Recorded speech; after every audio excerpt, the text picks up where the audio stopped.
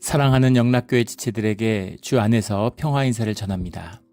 오늘은 2024년 7월 16일 화요일입니다. 오늘의 묵상 본문은 이사야서 19장 1절로 15절까지의 말씀입니다. 오늘 본문 말씀 19장 1절부터의 말씀은 이렇게 시작합니다.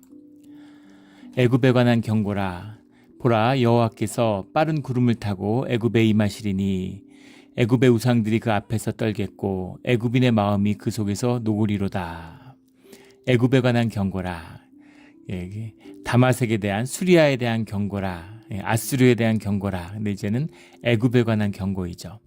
그런데 애굽에 관한 경고라는 건 무슨 말씀이겠어요? 애굽에 주의 자녀들, 주님의 구속의 역사에 동참하는 자들이 있는 것이 아닌데 애굽에 관해서 뭘 경고하겠습니까? 애굽에 관한 경고는 곧 유다에 관한 경고인 것이죠. 다마색에 대한, 다마스쿠스에 대한 경고는 유다에 대한, 예루살렘에 대한 경고죠. 왜 이런 경고를 할까요? 예루살렘의 백성들이, 이스라엘이 마음을 주님께 둬야 되는데 그러지 못한 거예요. 우리도 마찬가지죠. 주님과 연합하지 않으면 주님께 포커스를 맞추지 못하는 겁니다. 현상을 보니까, 현상을 바라보고 현상이 요동치니까 두려움이 있는 거죠. 막 두려운 거예요.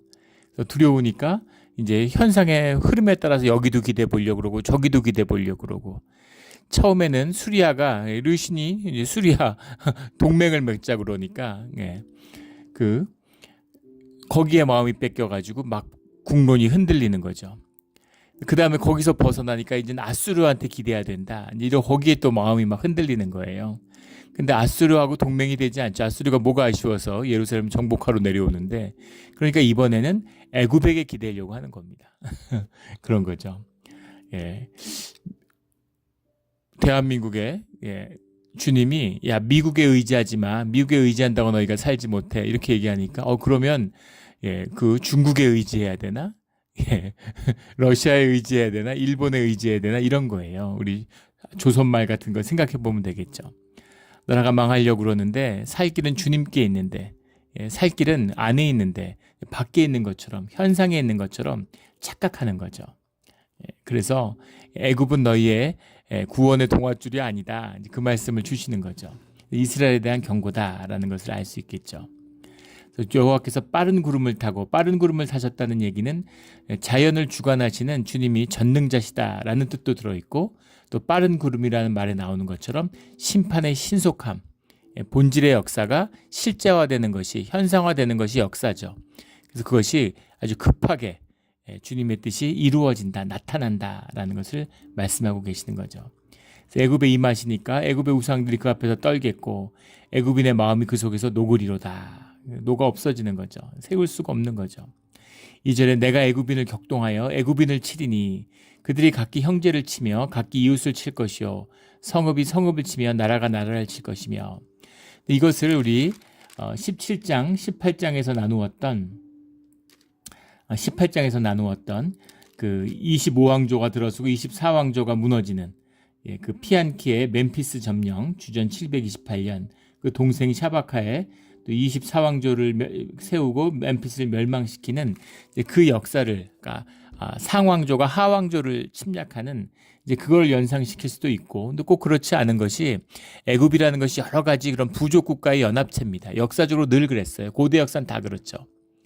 예외적인 특징들이 이제 그 중국의 역사입니다. 중국은 유럽만큼 크잖아요. 수십 개의 나라로 갈라져도 이상할 것이 없는데 늘 특정 시기를 제외하고는 한 나라였죠. 중국은 왜 그렇게 거대 왕조가 일찍부터 들어섰을까? 이제 거기서 나오는 것이 이제 수렵 국가론 이런 거죠. 그 장강, 양지강과 황하강, 그런 거대한 강이 계속 움직이고 범람하는 겁니다. 그래서 그 강을 통제하지 않으면, 수천 킬로의 강을 통제하지면 살 수가 없어요. 그러니까 그 강을 통제하기 위한 그런 수력 관계 국가, 거의 강력한 고대 국가가 등장하게 된 거죠. 그 수천 킬로에 걸쳐서 수천만 명을 통치해야 되는 그 사람들이 협력해서 이 수리 관계를 유지하지 않으면, 이제 그러면 그 대재앙인 겁니다. 그게 얼마나 큰 일이었겠습니까? 그러니까 누군가는 해야 되는 거죠. 지금 중국도 마찬가지죠. 중국 여름에 지금 그 장마철만 되면 이번에도 그 동정호라고 하는 동팅호 그게 그 제방이 터져가지고 막 난리가 났죠. 그 엄청난 댐들을 수없이 많은 댐들을 세우고 그렇게 하는 그 정부가 강력한 중앙 통제 정부가 있는데도 물 관리가 쉽지 않아요. 고대는 어떻겠습니까? 그러니까 강력한 고대 국가가 들어서는데 애굽의 나일강이라는 것은 양자강이나 황하강하고는 완전히 다릅니다. 왜냐하면 그 양자강이나 황하강의 문제는 여름에 집중호우가 온다는 데 있죠. 나일강은 비가 오지 않아요. 겨울에도 여름에도 비가 오지 않습니다. 그럼 나일강은 어디서 오는가? 수단, 에티오피아 북부에서 내려오는데 그런 그 북부에 있는 중앙 아프리카에서는 여름에 호우가 내리고 그리고 수단이나 에티오 지방에는 이제 겨울에 비가 내립니다. 그 비가 내려오는 비들이 모두 지류들이 나일강으로 흡수돼서 그 강물이 흘러내려오는 거예요. 나일강은 특이한 강이죠. 나일강은 범람은 하지만 그렇다고 강물이 막 요동치거나 움직이거나 하지 않고 강물도 주기적으로 범람을 하는 겁니다. 그게 나일강의 축복이죠. 그 온갖 유기비료를 가진 강물들이 주기적으로 땅을 적시니까 그러니까 땅이 그 질소비료가 발견되기 전까지 질소의 위력을 그전에는 새똥 같은 인이었죠. 인광석. 그게 이제 질소를 대신했고 질소비료가 사실 인류의 역사에서 한 손에 꼽을 만한 발견이라고 그러죠. 1차 세계대전 때 발견됐는데 그 발견한 과학자가 좀 이름이 기억이 안 나는데 그 사람이 질소비료도 발견해 독일의 과학자죠. 화학자인데 그러면서 또 그 화학가스 그 가스전에만 쓰이는 그걸 다 개발했어요. 그래서 인류의 가장 큰 선물과 가장 나쁜 그런 범죄적인 축복과 저주를 다 가지고 왔다 뭐 이런 얘기를 하는데 그런 그 질소비료가 나오지 않았다면 지금도 질소비료가 없다면 지구 인구의 절반은 이제 굶어 죽는다는 거죠. 농사를 지면 땅이 점점 황폐해져요. 땅을 이렇게 풍요하게 만들어야 되는 인광석에 질소의 성분이 들어있으니까 그 나아룬가요? 그 태평양에 있는 섬에 인광석이 많아서 그게 뭐 인광석이 발견됐을 때 갑자기 떼부자가 됐죠. 뭐 스위스와 비견될 만큼 갑자기 이런 섬나라가 엄청난 부자 나라가 됐는데 인광석을 다 캐내니까 세계의 또 가장 극빈 국가가 되고 말았죠. 인광석의 비밀입니다. 거름이 없으면 안 되는 거예요. 근데 나일강은 계속 강이 주기적으로 범람하니까 계속 풍요로운 겁니다. 나일강 유역에서 거대 국가가 나올 수밖에 없는데 근데 문제는 무엇이냐면 강력한 중앙 집권을 추동하는 동인이 없어요. 중국처럼.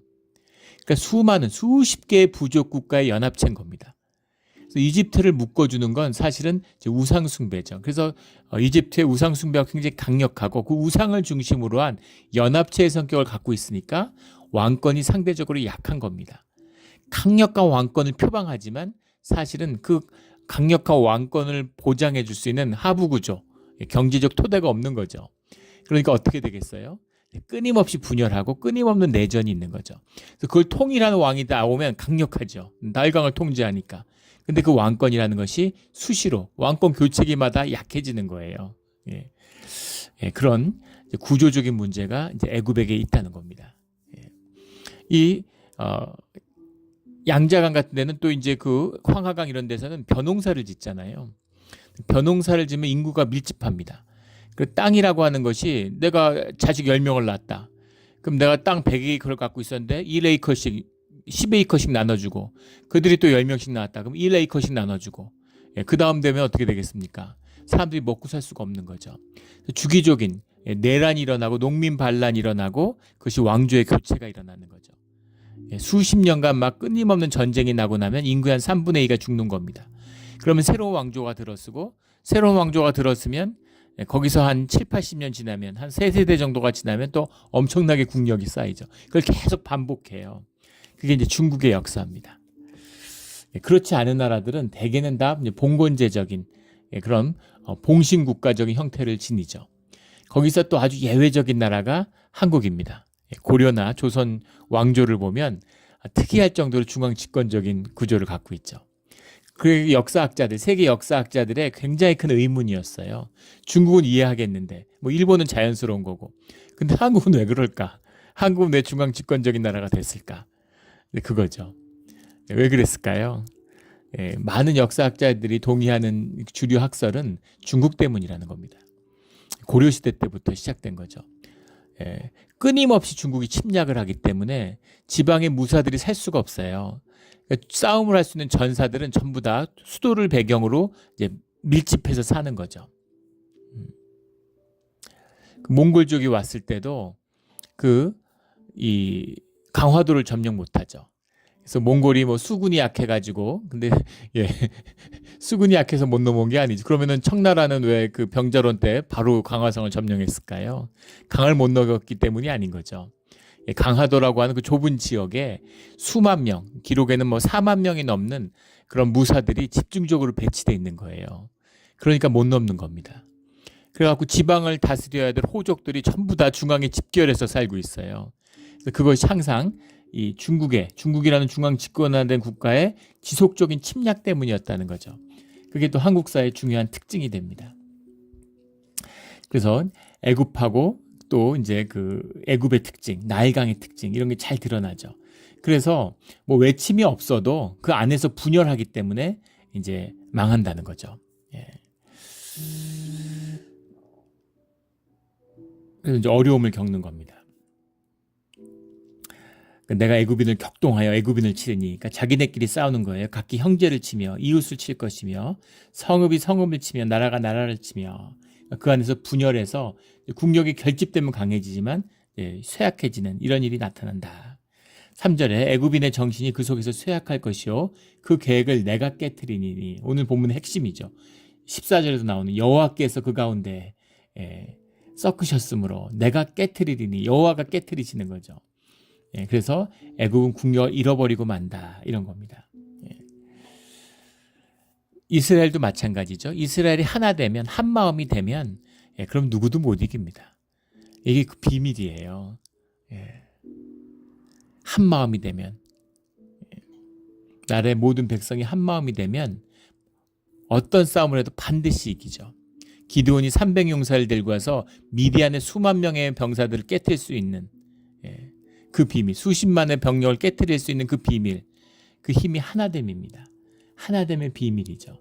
근데 그들을 흩으셨어요. 그들의 정신이 쇠약해지는 겁니다. 그 정신이 현상을 상하고 있어 현상이 흐트러지니까 정신도 쇠약해지는 거죠. 지금 일본이 거의 한 40년째, 30년이 넘게 뭐 잃어버린 30년이라고 그러죠. 지금 무역량이, 수출량이 한국하고 일본이 격돌을 하고 있습니다. 1월과 5월에 금년에 수출량을 보면 한국이 일본을 이겼어요. 2, 3, 4는 일본이 이기고. 정말 상상을 초월하는 일이죠. 어떻게 이런 일이 벌어졌나. 그리고 한국의 그 GNI가 1인당 소득이 일본을 뛰어넘었습니다. 일본은 가만히 있고 한국은 지지부진했지만 그래도 꾸준히 발전을 해왔는데 일본은 이제 멈춘 거죠. 일본은 왜 멈췄을까? 왜 일본은 멈췄을까? 근데 제가 일본에 90년대에 이제 유학을 했는데, 95년, 96년, 97년 뭐 이럴 때 유학을 했는데, 그때 이미 이제 일본 경제가 침체기에 들어가는 잃어버린 30년의 초입에 있었죠. 근데 그때 그 일본 교수님이 해줬던 말씀이 기억이 나요. 일본은 스피릿을 잃어버렸다고. 정신을 잃어버렸다는 거죠. 그러니까 정확히 얘기하면은 경제 발전의 동기를 잃어버린 거죠. 뭐라고 얘기를 하냐면 교수님이, 당신들 세대에는 일본이 이제 패전 이후에 엄청난 가난이 있었다는 겁니다. 일본 사람들한테 꿈이 있었다는 거죠. 서구 문화를 접하면서 우리도 다 집에 차가 있었으면, 교회에 자기 주택이 있었으면, 아이들 공부시켜서 대학까지 보낼 수 있었으면, 이런 꿈들이, 집에 냉장고가 있었으면, TV가 있었으면, 이런 꿈들이 있었고, 그런 꿈들을 위해서는 하루에 12시간씩 일주일에 6일을 일해도, 야근을 매일 해도 전혀 아이들 자라는 걸 보고 집을 사고 또 거기에 돈을 갚아가는 걸 보면서 기쁨이 있었다는 거예요. 만족이 있었다는 거죠. 그 다음 세대, 일본 세대는 그 아버지 세대, 부모 세대의 그 모든 걸 누리면서 자랐죠. 그런데 그 다음 세대가 가야 할 길이 없다는 겁니다. 이제는 집도 있고 차도 있고, 설령 집과 차가 없다 하더라도 그런 게 누려보니까 별거 아닌 거죠. 냉장고 없을 때는 저희도 어렸을 때 기억나요. 냉장고가 집에 처음 들어왔는데 집집마다 다 그랬죠. 냉장고 있는 집들 되게 부러워하고 김치를 냉장고에 넣는다? 꿈도 못 꿨습니다. 냉장고는 진짜 깨끗했어요. 거의 호텔에 있는 그 냉장고처럼 음료수나 좀 이렇게 있고 그런 거죠. 그 다음에 이 남자 여자 이렇게 인형 같은 거 유리관에 들어있는 인형 그런 거 이제 냉장고 위에 올려놓고 어머니가 매일 정성으로 닦을 것도 없어 보이는데 매일 냉장고를 닦아서 냉장고가 반짝반짝했고 냉장고가 마루에 있었습니다. 어느 집 가나 냉장고가 다 거실에 마루에 있어요. 들어오면 냉장고를 봐야 되는 거죠. 냉장고 있는 집인 겁니다. TV도 있었는데 동네 사람들 다 와서 무슨 권투시합, 축구시합 이런 거 있으면 같이 봤습니다. 앉아가지고 수십 명이 앉아서 같이 봤어요. 거기 동네 무슨 치과 의사 막 이런 분들도 있었습니다. 치과 의사인데 집에 그 TV가 없어요. 그래서 TV를 보러 집에 왔었던 그런 기억이 납니다. 그 시절에는 그게 꿈인 거죠. 현상 세계 물질적인 것이지만 그게 꿈이에요. 근데 그걸로 사람의 심령이 채워지지 않는 거죠. 그것이 사람의 동기가 될 수 없는 거예요. 그것이 없을 때에는 그걸 갖는 것이 꿈인 거죠. 그게 있으면 행복할 것 같고 그게 있으면 만족할 것 같고 근데 그런 걸로 사람이 채워지지 않는 겁니다. 동기를 잃어버린 거예요. 자기의 힘, 자기의 가치와 의미를 창출할 수 있는 동기가 없으니까 자기의 삶을 헌신할 수 있는, 희생할 수 있는 목적이 없는 거죠. 근데 그 교수님의 말대로 됐어요. 30년이 지나도 일본은 그 동기를 찾지 못하고 있는 겁니다. 한국도 마찬가지죠. 한국도 일본과 똑같아요. 돈이 목적이면, 물질적인 풍요가 목적이면 한국은 끝난 겁니다. 지금 자식을 낳지 않잖아요. 사회 경쟁이 압력이 심하니까 자식 그렇게 힘들게 키우고 싶지 않은 거예요. 무기력해지고 주고 생명의 힘이 약화된 겁니다. 그냥 혼자 조용히 밥이나 먹고 살고 취미생활이나 하고 뭐 게임이나 하고 뭐 이런 거죠. 그러면 사회가 침체되고 쇠퇴하게 돼 있는 겁니다. 스피릿이죠. 목적을 향해서 나아가는 그 동기 그걸 찾아야 돼요. 왜 미국에 세상에서 모자라고 찌질한 사람들만 모였는데 미국이 왜 이렇게 번영하는 왕국이 됐을까요? 혹자는 뭐 땅이 넓어서 지하 자원이 많아서라는 그럼 러시아는 왜 못 삽니까? 멕시코는 브라질은 아르헨티나는 그 퓨리탄들의 꿈 주님 안에 있는 꿈 주님과 함께 하고자 하는 꿈 그 꿈이 생명이 되어가지고 세상을 다스리는 다스림의 권세 생명의 권세가 나타나는 것 이것이 부요와 번영의 비밀입니다. 유럽도 마찬가지잖아요. 종교개혁이 일어나고 종교개혁에 철저했던 나라일수록 더 잘 살아요. 개신교가 가톨릭보다 더 뛰어나서가 아닙니다. 하나님을 찾고자 하는 그 마음과 정신을 주님께 돌이키고자 하는 그 마음이 번영의 비밀인 거죠. 근데 그게 없으니까 정신이 쇠약해지는 거죠. 특별한 뭐가 없으면 점점 쇠약해지는 거예요. 현상의 목표가 없으니까 뭐 잘 먹고 잘 사는데 그런 거죠. 중국이 역사적으로 늘 잘 살았습니다. 세계 늘 1위 국가였어요. 중국이 세계에서 1위 국가가 아니었던 것은 최근에 한 100년밖에 안 됩니다. 그 중국이 다시 1위 국가가 되려고 하고 있죠. 미국하고 아주 큰 갈등을 예고하고 있는데 지금도 갈등하고 있고 그런데 중국이 사실 산업혁명이 송나라 때 남송 때 일어날 수 있었다고 얘기합니다. 거의 거기에 근접하는 19세기의 영국에 근접하는 그런 번영을 12세기 11세기에 이미 이뤄냈다는 거죠. 근데 문제는 그걸 넘어가지 못해요. 내세에 대한 긴장감, 그게 윤리적인 긴장을 만들어내잖아요. 정결함을 만들어내는 비밀이죠. 그래서 현상에서 써버리는 것이 아니라 그것을 결집해야 되는 뭔가 새로운 시대를 뛰어넘고자 하는 그런 꿈이 있어야 되는 거죠. 가보지 않은 길을 가보려고 하는 그런 모험이 있어야 되는 거죠. 근데 그런 생명의 힘이 없어요. 지금도 보십시오. 중국이 조금만 잘 살게 되니까 진짜 눈 뜨고 볼 수 없는 낭비와 방탕함 이런 게 일어나잖아요. 케이크에다 막 금가루 뿌려 먹고 막 금 먹고 이러잖아요. 뭐 하는 짓입니까? 극단적인 빈부격차. 사회주의 국가인데 한국도 OECD 국가 중에서 미국과 함께 가장 빈부격차가 심한 나라 중에 하나입니다.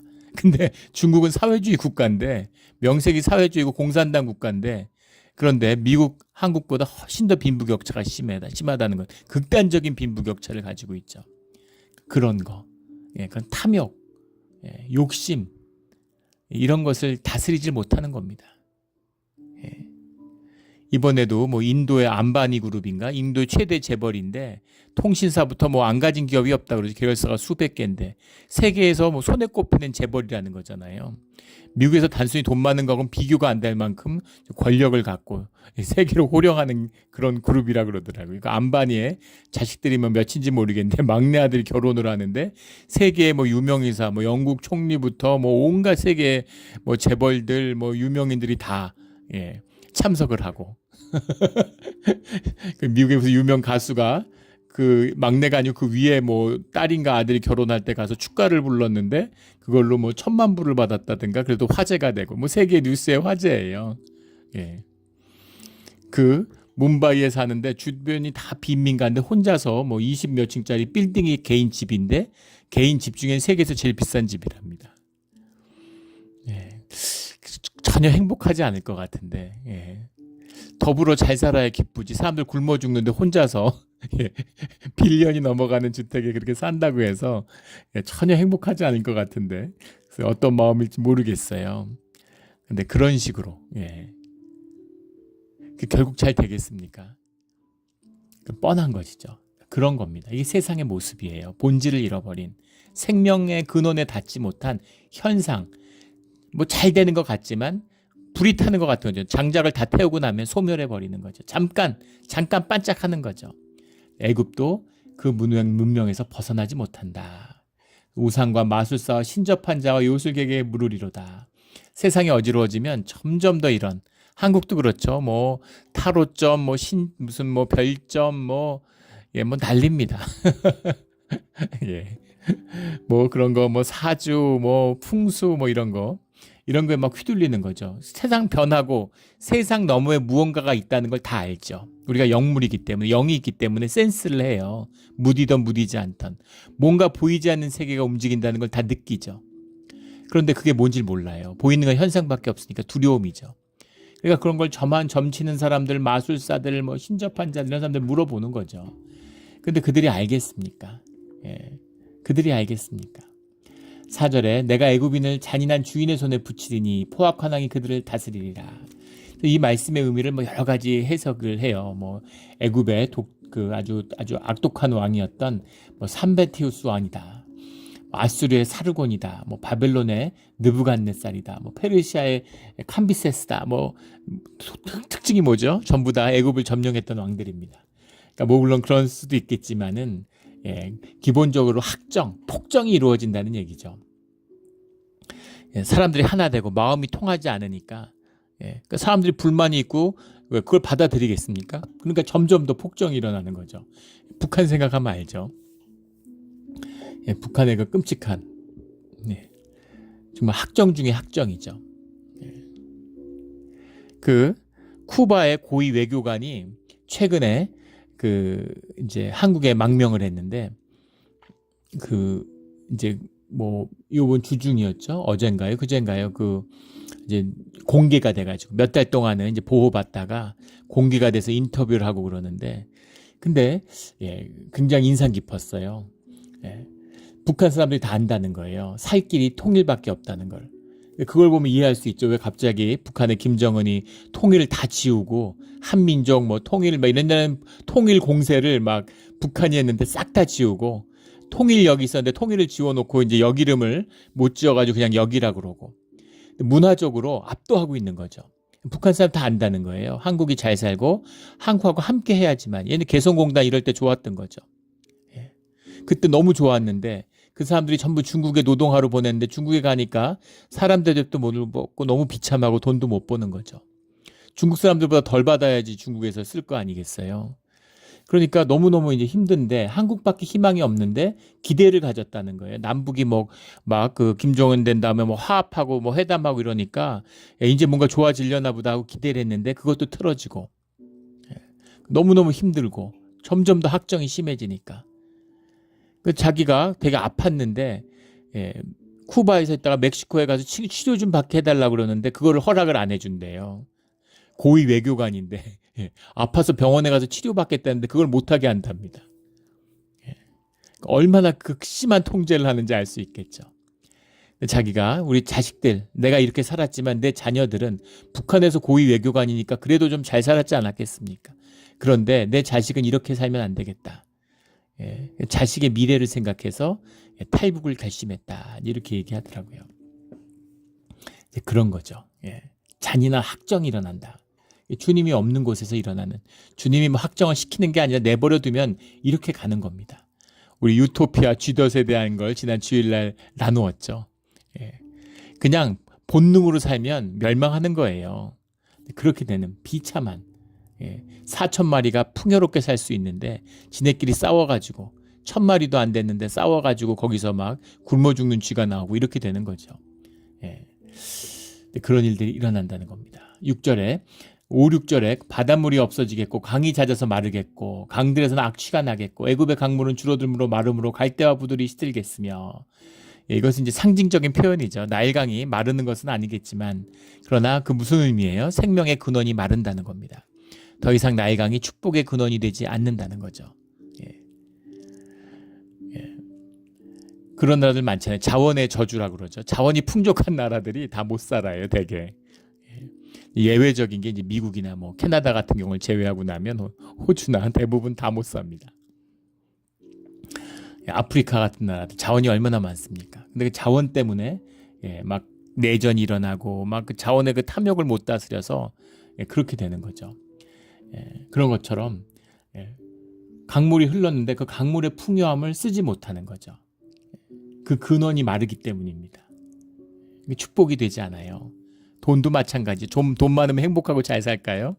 우리 여러 번 나누었죠. 우리 그 미국에서 5천만 불 이상 로또 복권된 사람들이 어떻게 살고 있나를 5년 뒤에 추적했는데 전부 집이 쑥대밭되고 이혼하고 약물하고 감옥 가 있고 재산을 지킨 사람이 아무도 없어요.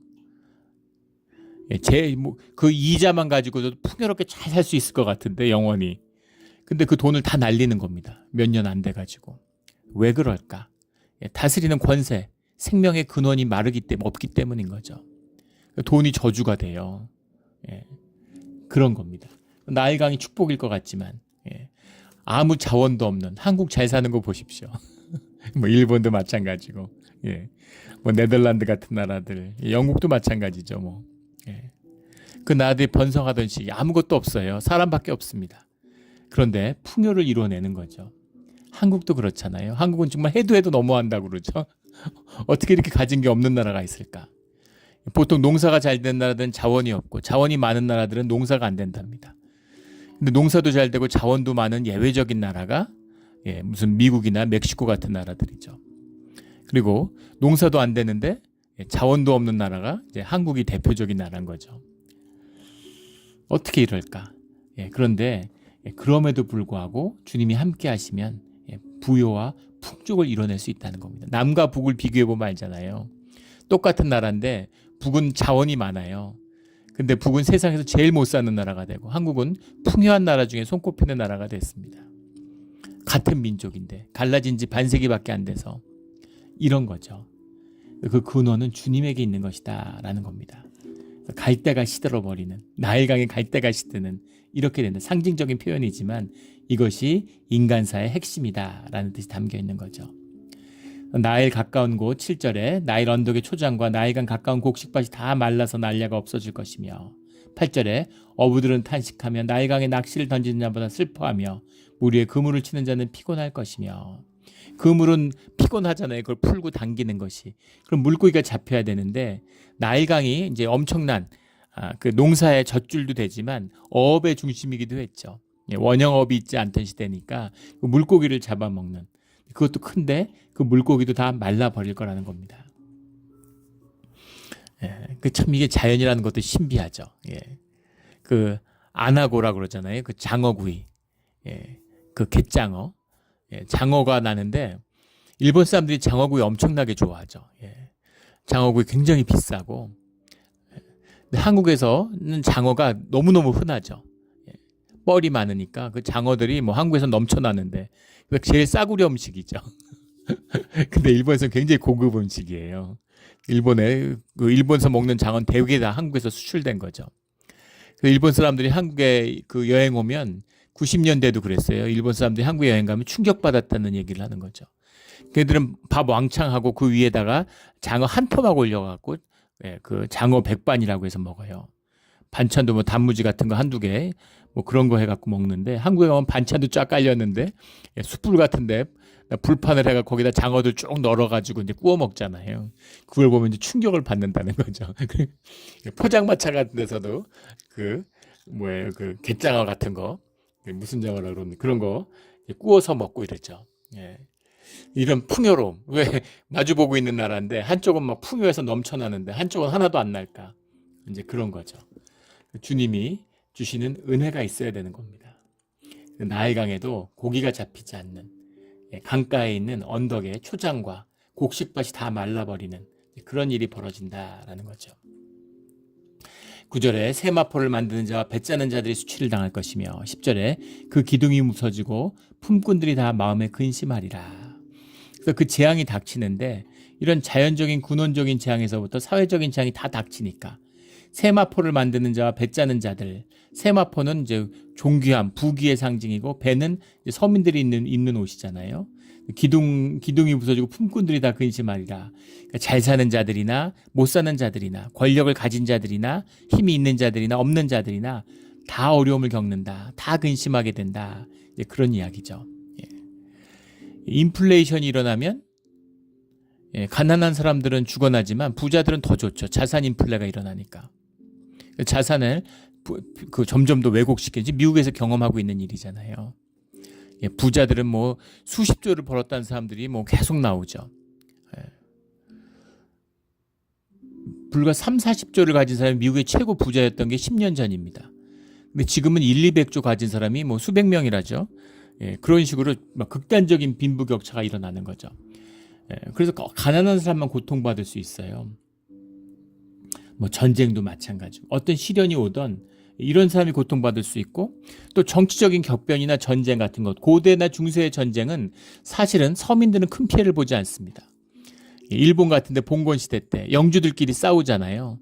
영주들끼리 싸우는데 농민들은 큰 그게 없어요. 농민들은 그냥 영주가 바뀌면 이 사람한테 세금 내다 저 사람한테 세금 내면 되는 겁니다. 영주들끼리 이제 농한기에 전쟁이 붙으면 농민들이 도시락 싸갖고 와서 구경을 했다는 거잖아요. 누가 잘 싸우는지. 거기서 우리가 아는 관전평, 관전이란 말이 나온 거죠. 전쟁을 구경하는 겁니다. 그런 거는 가난한 사람들, 농사꾼들은 큰 피해가 없고 그 대신 귀족이나 왕족들은 전쟁에 지면 끝장나는 거, 다 죽는 겁니다. 그런 전쟁도 있는데 근데 이 애굽의 고난이라고 하는 것은 잘 사는 사람이든 못 사는 사람이든 권력을 가진 자들이든 뭐 밑에 힘이 없는 자들이건 모두 다 근심하고 모두 다 수치를 당한다. 이런 이야기죠. 11절에 소환의 방백은 어리석었고 바로의 가장 지혜로운 모세의 책략은 우둔하였으니 너희가 어떻게 바로에 이르기를 나는 지혜로운 자들의 자손이라 나는 옛 왕들의 후예라 할 수 있느냐. 이 바로의 지혜로운 모사라고 하는 것은 이제 그들의 직접적인 신하도 되겠지만 귀족 사회니까 그 수많은 왕족들의 그 이제 수장들, 방백들 이런 사람들이죠. 너희들이 어둔하고 어리석다는 겁니다. 어떻게 지혜로운 자들의 자손이고 왕들의 후예라 할 수 있겠느냐. 그렇게 어리석다는 거죠. 눈에 뭐가 낀다고 그러죠. 점점 더 어리석어지는 겁니다. 나라가 망하려면 그렇게 돼요. 조선 말 이런 데 고종시대 이런 데 보십시오. 왕부터 신하들까지 국민 백성들까지 어떻게 다들 그렇게 어리석을까요? 모두가 혼연일체가 돼서 나라가 망하는 길로 같이 갔죠. 내부적으로는 동학운동 같은 건 결정타를 매긴 겁니다. 외부적으로는 그런 거죠. 그 러시아 영사관에 도망간 고종이 아관파천 같은 그게 사실은 결정타였죠. 그것만 아니었어도 진짜 최소한 식민지는 안 됐을 거예요. 일본의 식민지가 된다는 게 말이 됩니까? 제가 동양학을 공부했었는데 20대의 가장 큰 숙제는 도전은 바로 어떻게 조선이 일본의 식민지가 될 수 있었을까라는 거죠. 일본의 역사의 기록에 보면 그 일본의 그 메이지의 원훈들 이런 사람들도 반신반의해요. 조선을 식민 지배한다는 게 과연 가능하냐? 이게 말이 되냐? 필리핀도 아니고 무슨 파푸아 뉴기니아도 아니고 어떻게 우리가 조선을 식민 지배하냐? 근데 그게 가능해진 거죠. 조선의 어리석음. 예. 러시아의 남하를 막는 것이 그때 세계 최대 이슈였는데 미국과 영국이 손을 잡았는데 일본은 영미와 손을 잡고 러시아와 전쟁을 하겠다고 나서는 거죠. 근데 조선은 황제가 러시아 영사관에 도망을 가서 완전히 친러로 동고입니다. 그게 조선의 운명을 결정지은 거죠. 안타깝죠. 원래 러시아 공사가 도망가지 않고 미국 영사관으로 도망가려고 했다는 게 그 이틀 전에 언더우드 선교사가 그 손을 놔서 미국 영사관으로 도망가려고 했는데 그게 들통이 났죠. 그 경호하는 그 책임자가 그 사실을 일본에 누설하는 바람에 그 길이 막힌 겁니다. 만약에 미국 영사관으로 도망갔으면 아관파천이 아니라 미관파천이 됐으면 적어도 식민지는 안 됐을 겁니다. 참 그 역사의 참 그 아이러니고 참 그런 순간이죠. 어리석음. 어떻게 그렇게 어리석을까? 오늘날도 마찬가지잖아요. 지금의 세계 최대의 화두는 중국의 봉쇄죠. 이 점점 떠오르고 있는 중국이 이제 완전히 전 세계 깡패의 짓을 하려고 그러잖아요. 그걸 막는 것이 지금 그 서구 사회의 최대 이슈예요. 그래서 영국 무슨 독일, 프랑스 함정이 지금 남중국해 심지어 동해까지 와서 군사훈련을 합니다. 그때랑 똑같죠. 일본은 또다시 그들과 손잡고 함께 전쟁을 하게 중국하고 전쟁을 불사하겠다 이렇게 얘기하는데 한국은 눈치를 보고 있어요. 양쪽 눈치를 보면서 고개를 숙이고 꼼짝 않고 있는 거죠. 그렇게 양쪽 눈치를 보면 어떻게 되는지를 잘 보여주는 게 사드 사태 같은 거잖아요. 미국의 무기 배치인데 그게 중국을 겨냥한 것이라고 중국이 미국에 보복을 해야지 한국에 보복을 했습니다. 근데 한국이 친중 정책을 쓰고 있으니까 중국이 미국도 모른 채예요. 미국도 등을 돌리고 중국도 등을 돌려서 양쪽에서 두드려 맞는 형세가 된 거죠. 어리석음을 보고 참 어안이 벙벙했습니다. 어떻게 이렇게 어리석을 수가 있을까? 어떻게 이렇게 어리석을 수가 있을까? 역사에서 왜 배운 게 아무것도 없을까? 그런데 역사는 늘 반복되는 것이죠. 이런 어리석음, 애굽의 어리석음입니다. 주님을 모르는 자들은 결국은 어리석음의 끝을 보게 돼 있는 거죠. 소환의 방백들이 어리석었다. 13절 소환의 방백들이 어리석었고 노베의 방백들이 미혹되었도다. 소환의 방백들이라고 하는 조안이라는 것인데 소안이라는 것은 소안은 우리 역사적으로 보면 이제 15왕조, 16왕조 주전 1500년, 1600년경에 있었던 그 당시에 이제 수도죠. 그래서 굉장히 중요한 나일 삼각지에 접하고 있는 그러니까는 상당히 나일강의 가장 하류에 있는 것이고 소안이라고 하는 건 조안이라고 하는 건 노비라고 하는 것은 이제 그 델타 지역의 북단에 있는 그런 이제 흔히 멤피스라고 불리는 그 지역이죠. 말하자면은 뭐라고 그래야 될까요? 만약에 한반도를 남한을 우리 대한민국을 애굽이라고 하면은 멤피스는 한 대전 정도 되는 겁니다. 그리고 그 노분 소안은 이제 서울이 되는 거죠. 그런 차이입니다. 그런데 다 왕조들의 이제 이 중요한 도시들이죠.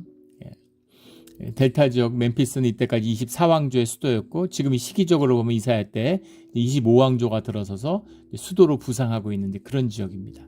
소안은 역사적으로 항상 중요한 도시였고 그런 도시들이 전부 다 방백들이 어리석고 방백들이 미혹되고 그런 그 어리석음 가운데 빠지는 거죠. 그래서 가만히 있었으면 좋은데 군대를 이끌고 팔레스타인으로 올라왔다가 아수르한테 두드려 맞고 또 그다음에 바벨론한테 두드려 맞고 그런 일들이 계속되는 거죠.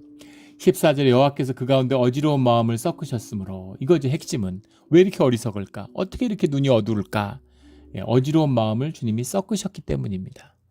요즘 미국을 보면 그런 마음이 들어요. 하나님이 미국 사람들의 눈을 어지럽히고 어리석게 만드나 보다. 어떻게 이렇게 사람들이 어리석을 수가 있을까? 미국이 이제 고립주의의 위혹에 빠지려고 그러잖아요. 미국은 고립주의에 빠지는 순간 망하는 거죠. 그래서 미국이 정말 스스로 로마가 했던 것처럼 망하는 길로 들어서려고 그러나 이제 이런 생각이 듭니다. 그렇게 하지 않게 해달라고 미국을 돌이키게 해달라고 기도하는데 기도하면 마음 가운데 정말 미국을 망하게 하시려나 이런 마음이 들어요. 그러니까는 그게 뭐 사람의 일이 아닌 거죠. 어리석기 짝이 없는 겁니다. 늘 근본은 하나죠. 예, 가야 할 길은 하나예요. 지금은 뭐 FRB가 뭐 전능한 것처럼 자기네들이 조작만 하면 뭐든지 경제를 늘 번역으로 이끄는 것처럼 얘기하지만 지금 세계가 다 어려운데 미국만 좋죠. 얼마나 갈까요? 예.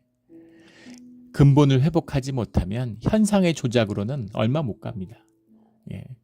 돈을 찍어내고 이렇게 요령을 피우고 저렇게 요령을 피우는데 돈을 찍어내지 않고 건실하게 살고 돈을 아끼고 재정도 아끼고 어려운 사람을 도와주고 사회를 통합하고 이것이 주님 없이 되겠습니까? 예. 목표를 잃어버린 우리가 왜 막 쓰고 막 마약도 막 하고 막 파티도 하고 왜 그렇게 살지? 왜 우리가 아끼고 우리가 왜 근면하고 왜 우리가 성실해야 돼? 우리가 왜 깨끗해야 돼? 우리가 왜 정결해야 돼? 예. 주님이 아니면 그럴 답이 없는 것이죠. 이게 인간의 본질이에요. 그 본질의 역사를 잃어버린. 그래서 어지럽게 마음을 썩으셨으므로 주님이 주체이신 것인데 주님이 그러지 않으셔도 주님이 돕지 않으면 개입하지 않으시면 구원해 주시지 않으시면 어지러워지고 망하는 겁니다. 마지막 애굽에서 15절에 머리나 꼬리며 종려가지 나무나 갈대나 앞에 나왔던 기둥과 품고 세마포와 배 짜는 자들과 같은 말이죠. 위나 아래나 존귀한 자나 비천한 자들이나 아무 할 일이 없으리라. 방법이 없다는 것이죠. 이것이 우리 삶의 실제입니다. 우리 주님과 생명의 근원에 닿아서 복된 삶, 뿌리로부터 살아나는 삶, 자녀를 통해서 흥왕함을 보는 축복의 삶이 되기를 돌이키는 우리가 되기를 예수 그리스도의 이름으로 축원합니다. 아멘. 기도드리겠습니다. 하나님 아버지 감사합니다. 생명의 근원이 되시는 주님, 늘 주님이 붙들어 주시고 자비를 베풀어 주시고 돌이켜 주시옵소서. 주님과 함께함으로 생명의 문이 열리는 길가에 심기워진 나무와 같이 마르지 않는 그 축복으로 영원한 그런 삶의 길이 되게 하여 주시옵소서. 감사하며 예수 그리스도의 이름으로 기도드렸습니다. 아멘.